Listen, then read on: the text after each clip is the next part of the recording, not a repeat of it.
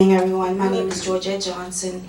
I am a friend of Kimberly's from Washington, D.C. I met her when she had attended the New Partners class at Spirit of Faith Christian Center, where I sat in there as administrative person for the teacher there. Kimberly had given a testimony of her life, of her success as a business person. And I had went through some financial issues earlier in my life, and I wanted to purchase a home, but I was afraid to do it. So I had pulled her to the side and spoke with her that same day. We went outside in front of the church, and on a trash can, she pulled out a piece of paper out of her purse, and she asked me a few questions. And she says, I don't see why you don't have a house. She says, that's a spirit of fear. She says, that's the devil trying to keep you from having what God wants you to have. So right there on that trash can, she prayed for me. And I'm still currently living in the home that through her I bought 5 years ago. Kimberly at times would come over and we would have lunch together. We would go shopping. We spent a lot of time together. And she was so funny with her, Kimberly. And she shared her voice with us in our choir at our church. She was a greeter, and it was always wonderful to see her beautiful smile whenever she was there. I had also introduced her to several of my friends, my co-workers, and one of my co-workers sent to me a text message when I told her. She says, I met Kimberly in September of 2006, and that was the beginning of my life with her.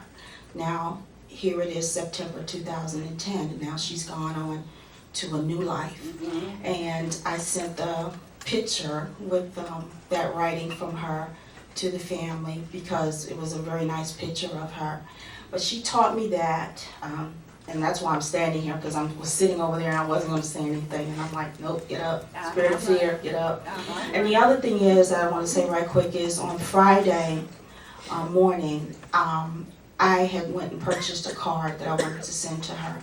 And when I came here last year in August, I wanted to come back again this year in August. But I got distracted from work and I didn't get down here. And then I got the message from Myra that she had passed. So if at any time the Lord puts somebody heavy on your heart or there's something there, act on it right away. Don't put it off because you never know. So I just wanted to share those two things that I learned. And I thank you so much for having such a wonderful young lady and that she became a part of my life. Thank you. God bless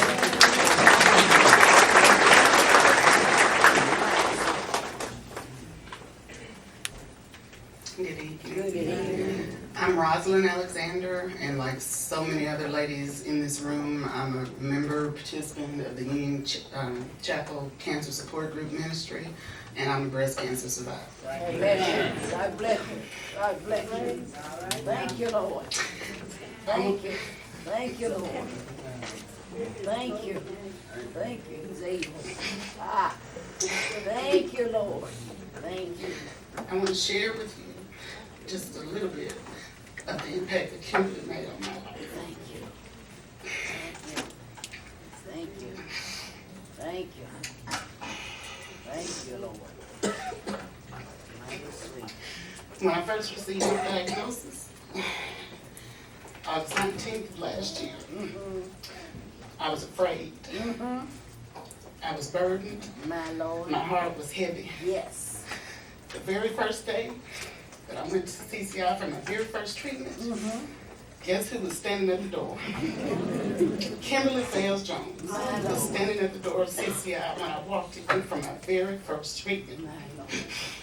Her smile and her spirit were contagious. Yes. Thank you, Lord. Thank you. I knew at that moment that the Lord had put her in my path for a reason. Thank you. And I'm thankful to have known her Yes. and had her as a part of my life. I want to say, tell one little small story. Kimberly and I were hospitalized this year around the same time. She was in the hospital, I was getting ready to go in. She was having complications, I was having a scheduled surgery. I went to see her, and she kept telling me, she was laying on the bed, she said, Roz, I'm going to support you through your procedure. I'm going to support you. And I said, well, Kimberly, you're in the hospital. You know, how are you going to support me? We're going to be in the same hospital, just send me some brain waves. And I know you're thinking about it. She said, I'm going to be there. I don't know how. If they have to wheel me in this bed and lay me in the bed next to you, I'm coming. All right. I went in for surgery that morning. Before I got to surgery, she texted me from her hospital bed, and she said, let Mama know when you're out. Text my mother, let her know when you get out of surgery.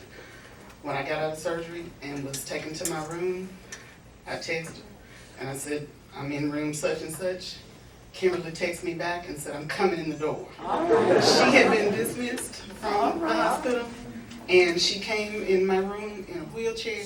She was the first person I saw, and she was trying to take care of me. She was saying about me. That just tells you about the spirit that she had.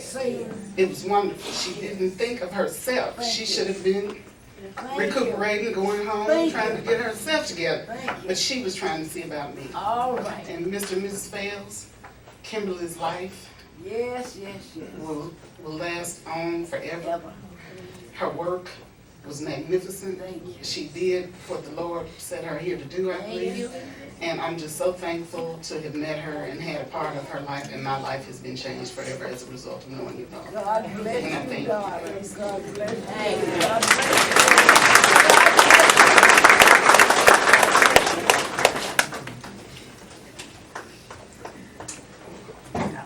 My husband just looked at me and said, Valerie, you need to say something. I am TT. I was given that name by Kimberly. The Fales family came into my life years ago. I want to speak on behalf of parents for a very few minutes, because Edna and I have had a relationship that I just can't really imagine how the Lord blessed her to come into my life the way that she did. All right. We literally had a business arrangement All right. that I was able to basically kind of put in her hands. And you're talking about a wonderful person who will go all the way for you. Edna is that person. Yeah. Her daughter came into my life on the tail end of a business that was not prospering. Her mother basically was running things at one of my secondary stores. And Edna said to me, she said, Valerie, I need to go home and check on my daughter. And I said, okay. So, we weren't really sure what was going to happen with the business, so we basically kind of locked the door. And Miss Edna went home to see about Kimberly. And she called me and she said, Kim's not well, and we just weren't sure. But I said all that to say this.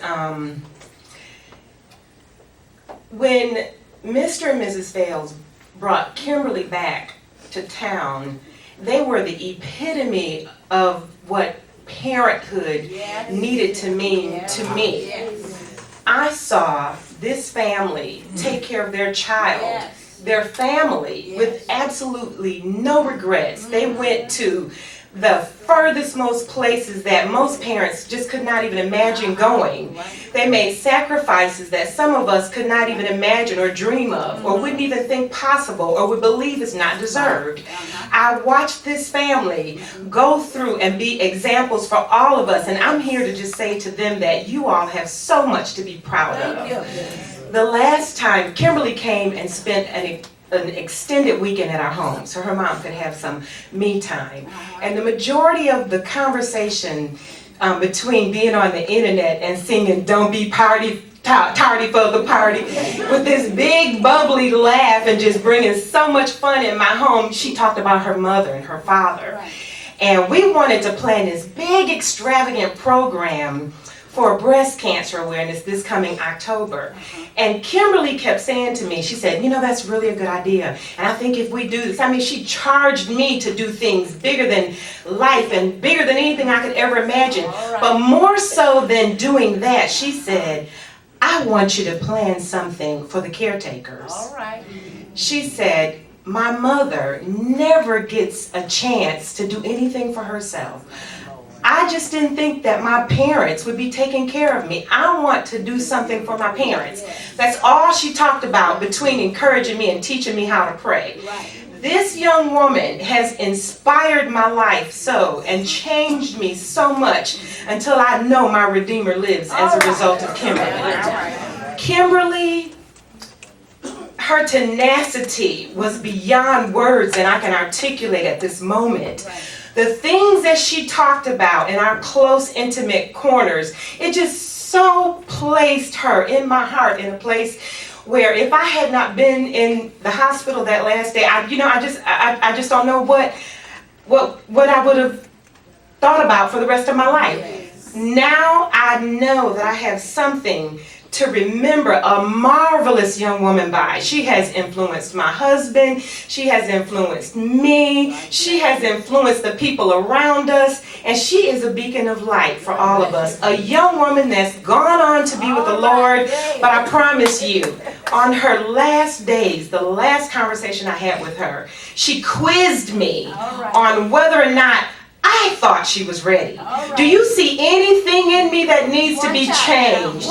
Do you see anything in me that doesn't seem Christian-like? Do you see anything? And she begged and pleaded with me to tell her.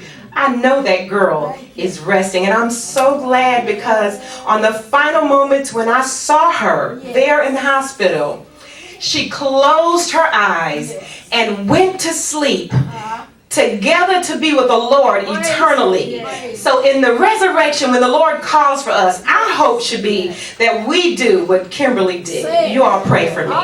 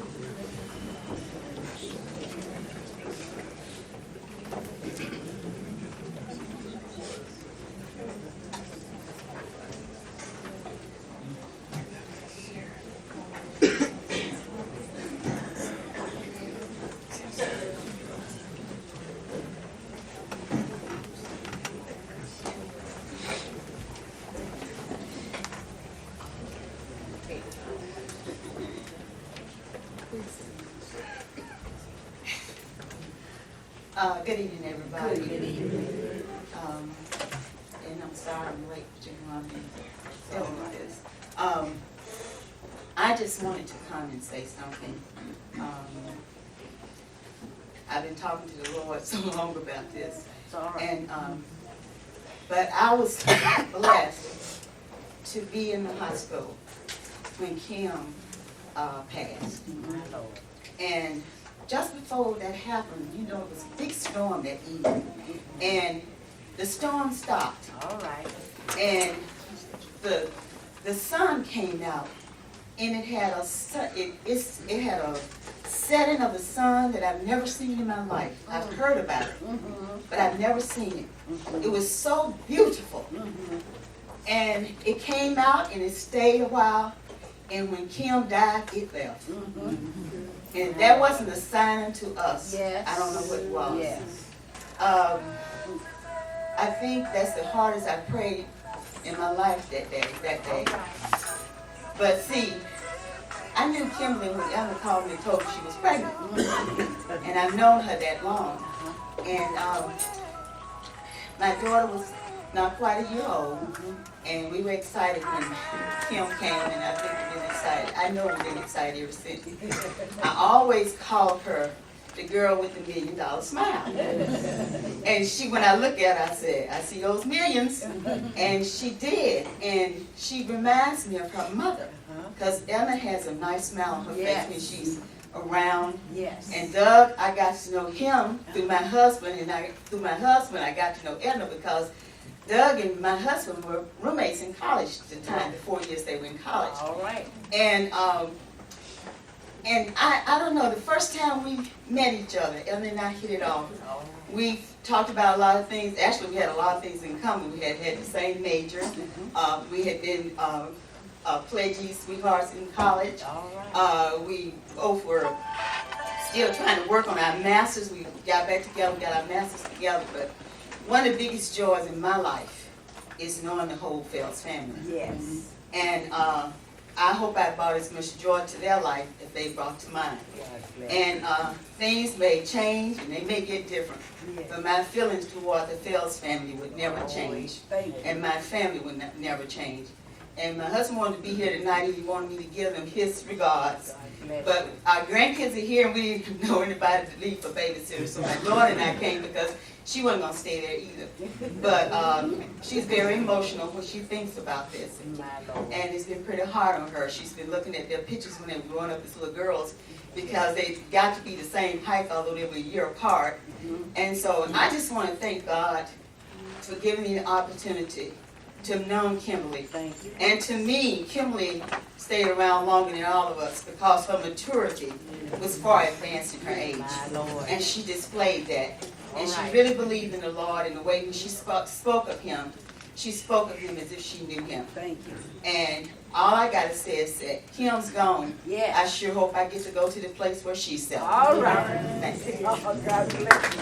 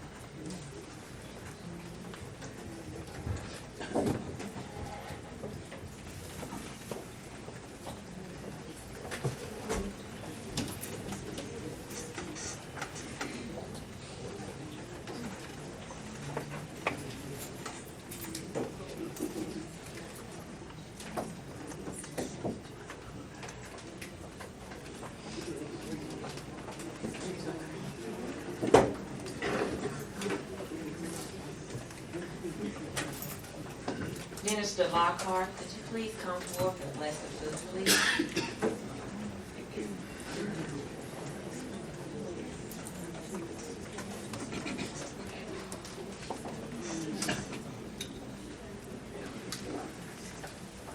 Our Father, as we have listened and laughed and shed tears on this night, we are mindful once again of your goodness toward us. And God, we thank you now for another expression of your goodness in the refreshments of which we're about to partake. We thank you for it, and we pray that you would allow it to strengthen our physical frames, that you might use us ultimately to be lights in this world.